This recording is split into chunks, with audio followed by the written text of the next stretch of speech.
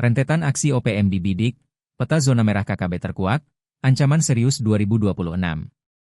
Polda Papua Tengah memetakan gangguan keamanan dari kelompok kriminal bersenjata, KKB, sebagai tantangan utama yang harus diwaspadai pada 2026 mendatang.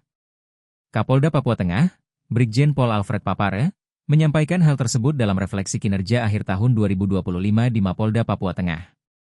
Polda Papua mencatat rentetan aksi kekerasan KKB sepanjang tahun 2025 meliputi pembakaran fasilitas publik hingga penembakan personel TNI Polri.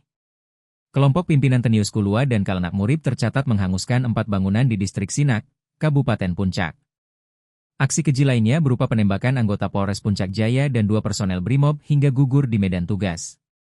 Beberapa kabupaten seperti Puncak Jaya, Puncak, Mimika, dan Intan Jaya masih masuk dalam zona merah kerawanan aksi bersenjata. Kapolda Papua Tengah, Brigjen Pol Alfred Papare, menegaskan ancaman KKB masih menjadi tantangan utama pada 2026. Ia mengatakan, KKB berpotensi melakukan pembakaran fasilitas pemerintah, penghadangan, serta penembakan terhadap aparat dan masyarakat. Selain teror bersenjata, mantan Wakapolda Papua Barat itu juga menyoroti ancaman dari kelompok kriminal politik yang kerap menghasut massa untuk demonstrasi anarkis. Isu tapal batas di distrik Kapiraya dan tingginya angka pencurian dengan kekerasan turut menjadi atensi khusus kepolisian tahun depan. Polda Papua Tengah telah menyiapkan strategi operasi kepolisian terpadu untuk meredam eskalasi konflik di wilayah rawan.